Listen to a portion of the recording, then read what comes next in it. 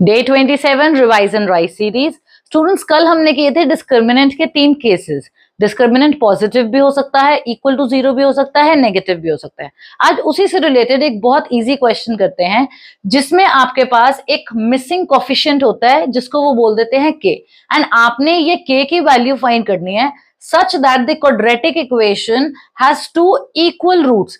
Equal roots मतलब ये कौन सा केस आ गया? सेकंड। सबसे पहले हमें इसको क्वाड्रेटिक इक्वेशन की फॉर्म देनी पड़ेगी। तो हमारे पास स्टूडेंट्स इक्वेशन है के एक्स ब्रैकेट में x minus 2 plus 6 is equal to 0। ये जो के एक्स है students, this gets multiplied with x as well as minus 2। So K X square minus 2 के एक्स प्लस 6, ये प्लस 6 नीचे as such forward हो गया।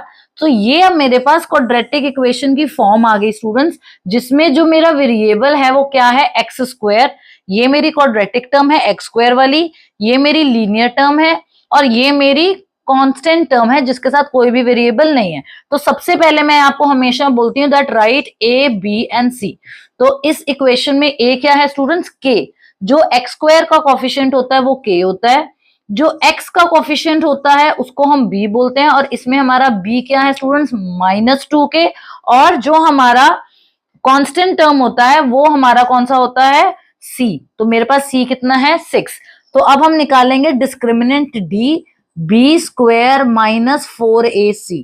अब b का स्क्वायर मतलब माइनस 2k का स्क्वायर माइनस 4 मल्टीप्लाई a कितना है स्टूडेंट्स? k। और c कितना है? 6। अब क्योंकि ये सेकंड केस है, discriminant will be equal to 0, so मैं d की जगह क्या भर दूंगी स्टूडेंट्स? 0।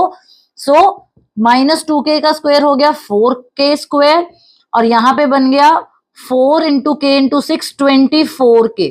अब स्टूडेंट्स यहाँ पे 4k कॉमन आ गया और अंदर ब्रैकेट में रह गया k माइनस 6। अब देखो स्टूडेंट्स यहाँ पे product 4k, I will write it over here, 4k k minus 6 is equal to 0. Now this is 4, it cannot be 0. Product जब 0 होता है तो या ये 0 होगा या ये। अब k भी 0 नहीं हो सकता, क्योंकि अगर k 0 हो गया तो क्वाड्रेटिक वाली टर्म ही फिनिश हो जाएगी, तो ये क्वाड्रेटिक ही नहीं रहेगी, तो k 0 नहीं हो सकता। तो हमारे पास सिर्फ ऑप्शन क्या है कि ये k माइनस 6 0 हो। तो अगर k माइनस 6 0 होगा स्टूडेंट्स, तो आपके पास k का आंसर क्या निकल जाएगा? 6। सो इस क्वेश्चन में k का आंसर क्या निकला है? 6।